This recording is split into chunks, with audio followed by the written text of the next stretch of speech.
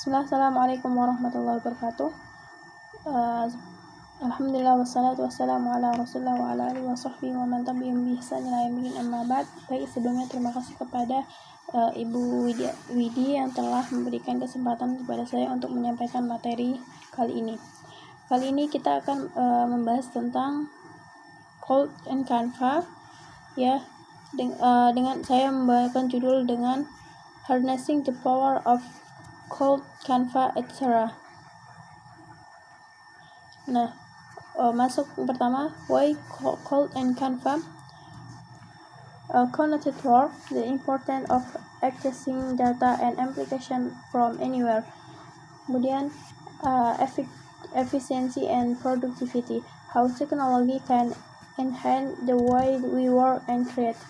Kemudian, the digital era, Cold and Canva as two important pillars in today's digital ecosystem.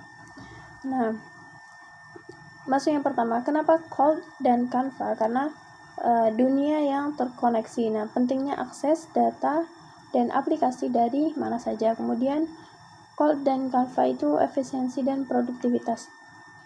Ya, bagaimana teknologi dapat meningkatkan cara kita bekerja dan berkreasi. Kemudian, di era digital, nah Cold dan Canva itu sebagai dua pilar penting dalam ekosistem digital saat ini. Nah, di dunia yang makin terhubung, akses data dan aplikasi dari mana saja itu krusial. Nah, teknologi seperti Cold dan Canva hadir untuk meningkatkan efisiensi dan produktivitas kita dalam bekerja dan berkreasi. Keduanya ini pilar penting dalam ekosistem digital saat ini. Cold menyediakan fondasi untuk akses universal dan penyimpanan data, sementara Canva mendemokratisasi desain grafis, membuatnya mudah dijangkau semua orang. Nah, singkatnya, mereka membuat hidup digital kita lebih mudah dan lebih produktif.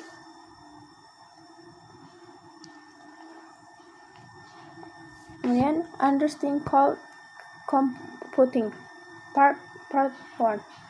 Why is cold computing? Simple definition. The ability of computing resource, service, chart, database, networking, software, analytics over the internet, the cloud. Not literally in the cloud, but in data centers that can be accessed remotely. Kemudian analogy, electricity of water that we use without needing to own a power plant or well ourselves. Nah, kemudian kita memahami cold computing yang bagian pertama. Apa itu cold computing? Yaitu penyediaan sumber daya komputasi, server, penyimpanan database, jaringan, perangkat lunak, analisis melalui internet awan. Nah, analoginya itu listrik atau air yang kita gunakan tanpa perlu memiliki pembangkit atau sumber sendiri. Nah, secara sederhana, cold computing itu adalah layanan yang menyediakan sumber daya komputasi seperti server, ya tadi, penyimpanan database, jaringan, software, analisis melalui internet. Nah, bayangkan internet sebagai awan besar tempat semua sumber daya ini berada dan bisa diakses di mana saja.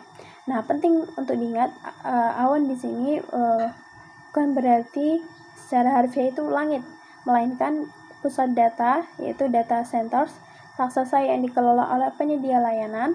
Pusat data ini penuh dengan server dan infrastruktur canggih yang bisa digunakan secara remote dari jarak jauh tanpa perlu memiliki sendiri. Nah, bayangkan seperti listrik atau air. Nah, bisa digunakan tanpa perlu punya pembangkit listrik atau sumber sendiri.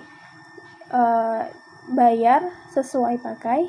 Nah, ini membuat teknologi canggih jadi mudah dan efisien untuk semua. Kemudian understanding cold computing part 2. Tips of cold service. Infrastructure as a service. You run fundamental infrastructure, server, strong networking.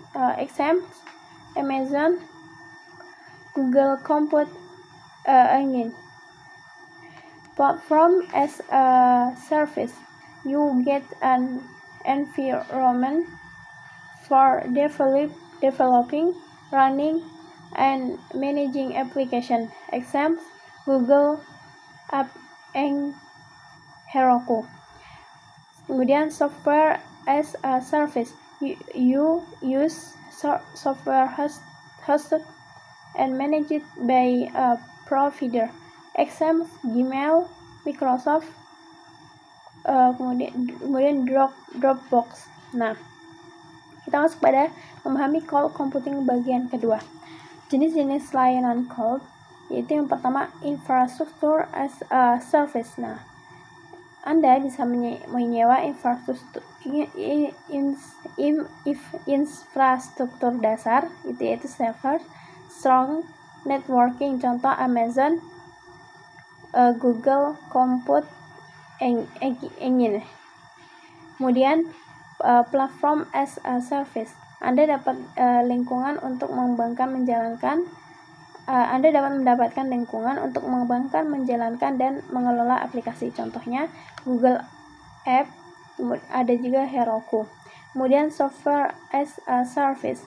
Anda bisa menggunakan perangkat lunak yang di-host dan dikelola oleh penyedia, contoh Gmail, Microsoft, dan Dropbox. Kemudian benefit of computing. Scalability, easily adjust capacity as needed, up or down.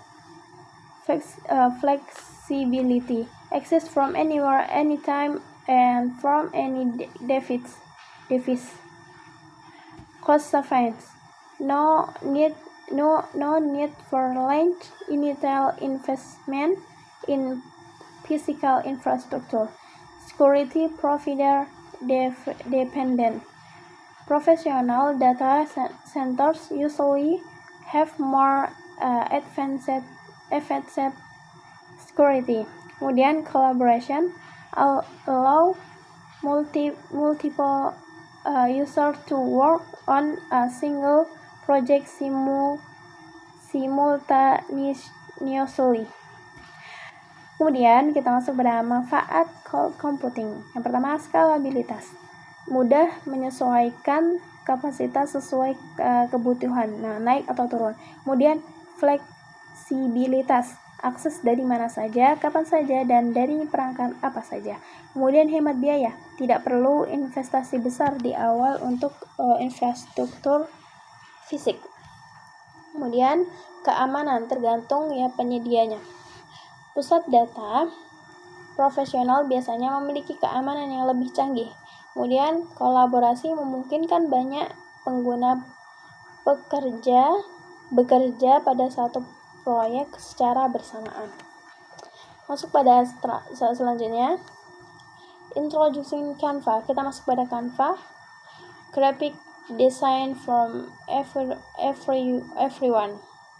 Siapa sih nggak tahu Canva? Semua orang tahu Canva kayaknya ya. Kalau ngedit itu lebih mudah di Canva. Masuk pada what is Canva, and easy to use online graphic design platform. Kemudian enables anyone to create professional design without specialized design skills. Kemudian philosophy, attractive design does not have to be difficult or expensive. Nah, masuk pada apa itu Canva?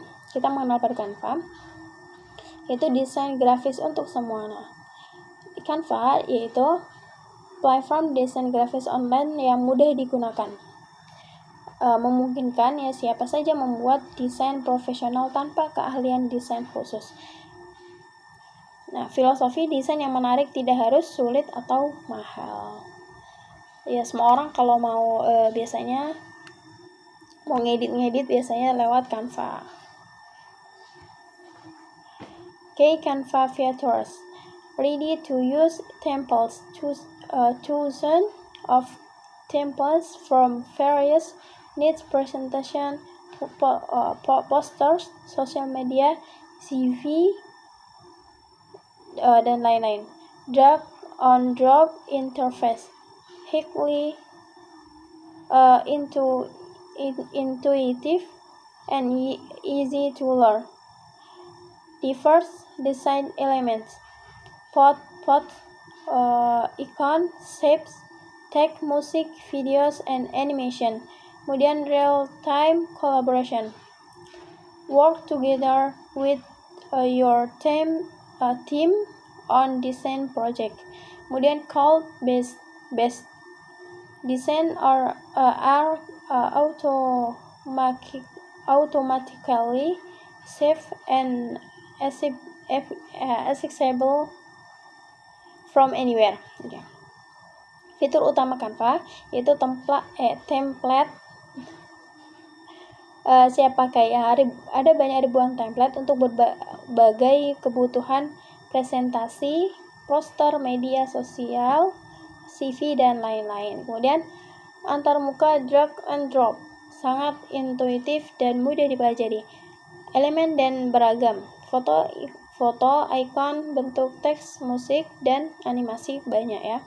Kolaborasi real time, bekerja sama dengan tim pada proyek desain.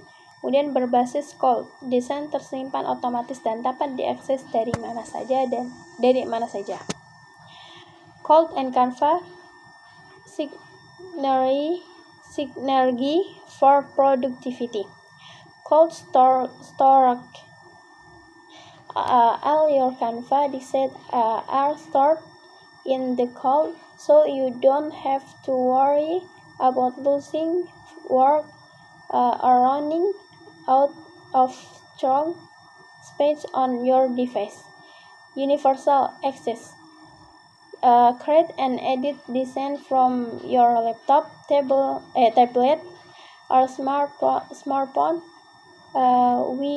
Wherever there's internet connection. Seamless collaboration. Easily share design with teammates or clients for feedback and revision. Integration. Canva can be integrated with other cloud platforms, directly saving design to Google Drive or Dropbox. Nah, kemudian Cloud and Canva sinergi untuk produktivitas. Nah, penyimpanan di cloud, semua desain Canva Anda tersimpan di cloud. Jadi, tidak perlu khawatir kehilangan pekerjaan atau kehabisan ruang penyimpanan di perangkat Anda. Kemudian, akses universal. Buat dan edit desain dari laptop, tablet, atau smartphone dimanapun ada koneksi internet. Kemudian, kolaborasi tanpa batas.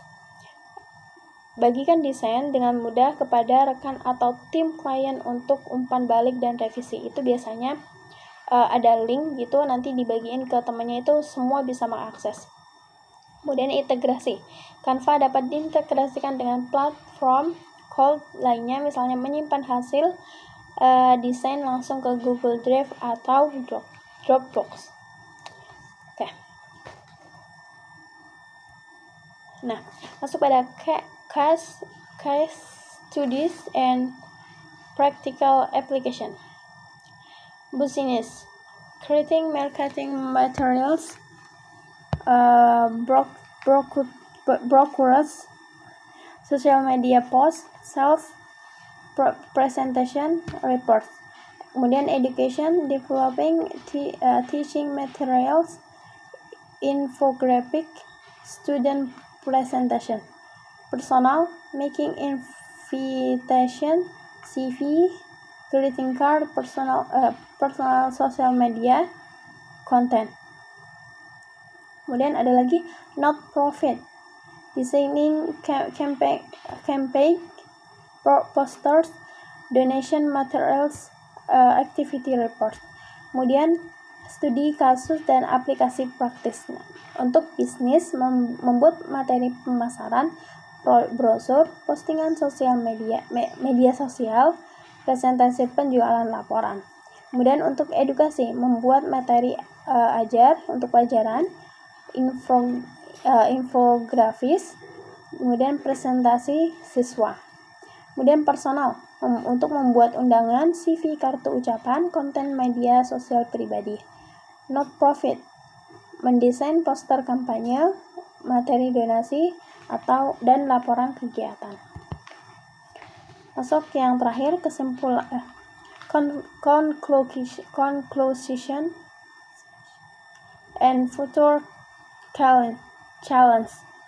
Summary: cloud computing is the infrastructure. Canva is the application that leverages that infrastructure. Insert productivity. The combination of both empowers individuals and organizations.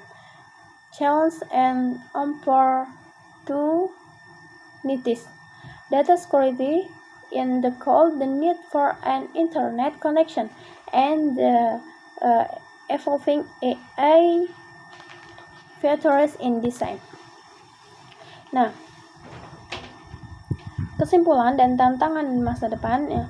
Cloud computing adalah infrastruktur. Canva adalah aplikasi yang memanfaatkan infrastruktur tersebut. Peningkatan produktivitas. Kombinasi keduanya memperdayakan individu dan organisasi. Nah, tantangannya dan peluang, keamanan data di cloud, kebutuhan koneksi internet, terus berkembang fitur AI dalam desain. Baik, mungkin sekian presentasi dari saya. Apabila ada banyak kesalahan pengucapan, saya mohon maaf. Saya tutup. Wassalamualaikum warahmatullahi wabarakatuh.